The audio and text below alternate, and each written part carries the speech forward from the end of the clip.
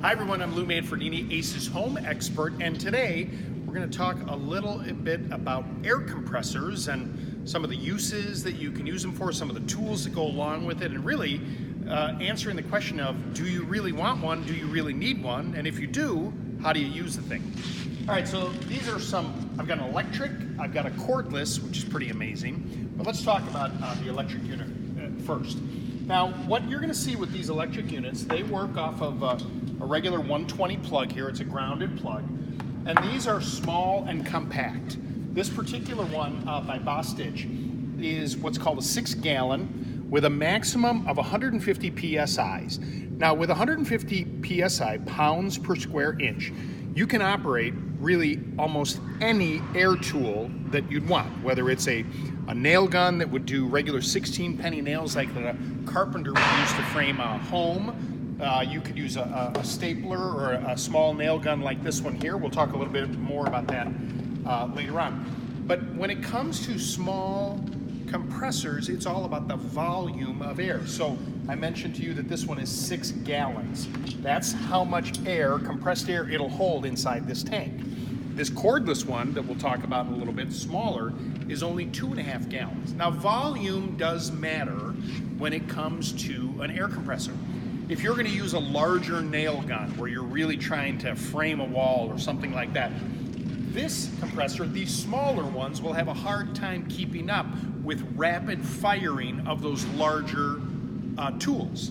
Now, something like this small Craftsman brad nailer and nail gun, you can see the head of this is very small. This, you could work all day long nailing things at one after another, and a unit like this would really perform quite well for you. Now, there's a couple of gauges you'll see on top of this that have the pressure that you can adjust with this knob right here. So depending on what kind of tool you're using, the amount of pressure you want going through the hose can be adjusted. If you're working with lighter materials, soft woods per se, if you have too much pressure, it'll shoot the nail or the fastener right through the material. And then this one here tells you the amount of pressure that's in the tank. So this will actually be stable at about 150 pounds per square inch. That's inside the tank. And then you're going to use that to manage the airflow depending on what tools you're going. Now, you need a good quality hose. With these smaller ones, you're gonna use a smaller diameter hose like this one right here with the smaller compressors, because too big of a hose, you're gonna actually rob too much of the air inside the hose. So 3/8 inch hose for most of you, for your projects like filling up air in tires or using tools, is gonna be plenty, and it's gonna be pretty versatile and strong. Now, one thing that happens with these is that when they're operating, you'll see here it has a drain plug. The reason it has a drain plug is when you're using this, especially in warmer climates, as it's operating, moisture can get inside this tank. So it's important that you actually drain the tank periodically, if you're using it a lot, to get that moisture out of there, especially those of you that live in colder climates. If you leave the thing out in the garage or outside, it can freeze, and that can actually damage the inside of the tank and ultimately your compressor. One of the things that's really nice about these smaller units is they are oil-less. Some of the larger ones, the kinds you see the contractors when they're building houses, they use, those have oil inside them, so it's very critical that they stay on a level base when being used. These literally can be turned around upside down. It doesn't matter, there's no oil in it. But of course, when you're using it, you want to operate it like this, like it's supposed to stand under. They're kind of loud.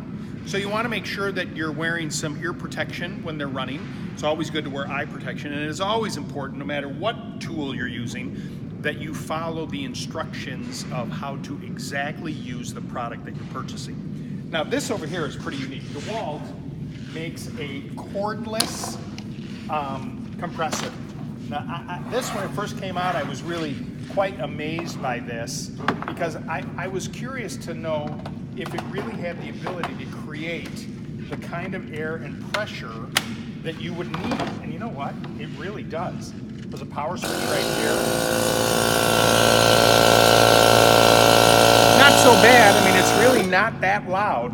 Now, this is a specialty item in the sense that You could do small projects with this. You can't build a house with it because you'd be going through batteries like crazy. But let's say you need to take this, the portability of it is great. I'm gonna say it probably weighs maybe about 20 pounds or so, 25 pounds. And you can take it plugged into the hose with any one of these tools and go do a project, you know, and probably work for a good 45 minutes to an hour consistently on one battery. With a spare battery, you could keep going. I love the portability of this one. Now, this one, as you can see, goes to 135 pounds of pressure, which again is plenty because about 120 PSI, most of these tools operate at optimum performance. This, only 2.5 gallons. So the smaller the tank means that if you're rapid firing with tools, the unit has to come back up to get you the kind of pressure, but it also has a dial to control the amount of pressure coming out and a dial here that will show you how much pressure is in the tank as well. Now, when it comes to tools, there are kits like, this is an accessory kit right here that allows you to do a lot of different things. This is an inexpensive flexible hose here that you can connect a blow tool to, like in a shop if you want to use it to clean up the dust that you're working in. There's a chuck here for filling up air in a tire gauge, all the different fittings that come with it, and even the connectors that could go on there. So this is really kind of nice if you're starting out and saying, boy, I want to get a compressor and use this for certain projects. One of these accessory kits can really go a long way. Now, talked a little bit about different tools out there. This is a Craftsman nailer and staple gun. It does both of those different items. It uses small brad nails. It's a really lightweight, really high quality tool. And if you're doing any kind of trim work, maybe you're building a dollhouse, maybe you're finishing off a deck with little decorative pieces of wood and such, this is a really useful tool. It can be used with either one of these compressors quite easily, and you're going to get years of performance out of it. Now, if you're someone that does a lot of auto work, these are a couple of different tools as well that can be used. This is an impact wrench. This typically would be used to change tires, you know, take it off the actual tire and rims off of your car. You see this in service stations all the time. This would be used with either one of these. It would probably perform better because this uses a lot of air on this larger unit with the 6-gallon tank. And then finally, this is an air oscillating sander. So it's a sander like an electric sander, but again, works off of an air hose. What's nice about the air hoses is, you know, depending on how you're gonna set this up, you can have the compressor off in the distance where you're not hearing it, and the hose can run quite a long length. And you're just using air, no electric power. If you're working in a wet location, doesn't matter because you're pumping air into the tool, not electricity. Now, there are a myriad of different tools that can be used with compressors, and it really is a useful tool, and they're pretty affordable. If you need more information, you can always go to your neighborhood ACE, see the selection that they have in stock, and ask specific questions about the project you're working on. Remember, ACE is the helpful place.